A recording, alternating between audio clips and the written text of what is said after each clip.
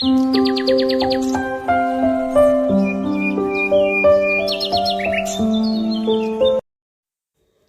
అండి, అందరూ బాగున్నారా? నేను బాగున్నాను.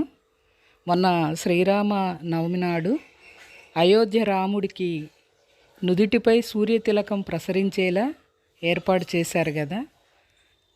రఘుకుల తిలకుడు శ్రీరాముని నుదిటిన అపూర్వమైన సూర్యతిలకం దిద్దిన ప్రత్యక్ష సూర్యనారాయణమూర్తి అయోధ్యలో కొలువు తీరిన బాలరాముడి నొసటన సూర్యుడే స్వయంగా ఓ తిలకం దిద్దే ముహూర్తము ఉదయం 11:58 నుండి 12:03 మధ్య సుమారు 4 నిమిషాలు జరిగిన అద్భుతమైన ఘట్టము.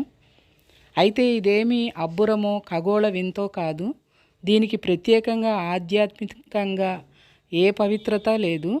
పర్వదినాల్లో దేవుళ్లకు ప్రత్యేక అలంకరణలు, ఆకర్షణలు ఉంటాయి కదా చాలా గుళ్ళల్లో. ఇది అలాంటిదే. కాకపోతే ఈ విశిష్ట అలంకరణకు సాంకేతిక సాయం తీసుకున్నారు ఆలయ ట్రస్ట్ వారు. ఆలయ నిర్మాణం తాలూకు వాస్తు నైపుణ్యము ఎన్నో అబ్బురాల్ని, కాల పరీక్షకు నిలబడిన భారీ కట్టడాల్ని అందించిన సంగతి తెలిసిందే కదా.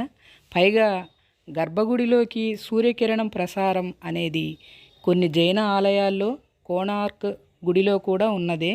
కానీ వాటి నిర్మాణాలు వేరు. మరి అయోధ్య 3వ అంతస్తు పైన ఉన్న శిఖరం నుండి గర్భగుడిలోనికి సూర్యకిరణాల ప్రసారం, పరివర్తనం ఎలా అనేది ముఖ్యం. అయోధ్య గుడి నిర్మాణం జరిగేటప్పుడే సాంకేతిక నిపుణులను సంప్రదించి ఈ ఏర్పాట్లను చేశారు. ఎటువంటి విద్యుత్ ఘాతాలు కానీ, విద్యుత్తు కానీ వాడకూడదని భావించారు. శిఖరం నుండి గర్భగుడి దాకా 2 అద్దాలు, కొన్ని కటకాలు, ఇత్తడి మార్గాల నుంచి సూర్యకిరణం పరావర్తనం చెందుతాయి. సరిగ్గా ఆ సమయానికి బాలరాముడి నొసటన 45 మిల్లీమీటర్ల అడ్డము, 75 మిల్లీమీటర్ల నిలువుతో సూర్యకిరణాలు తిలకంగా వెలగాలి అనేదే సంకల్పము.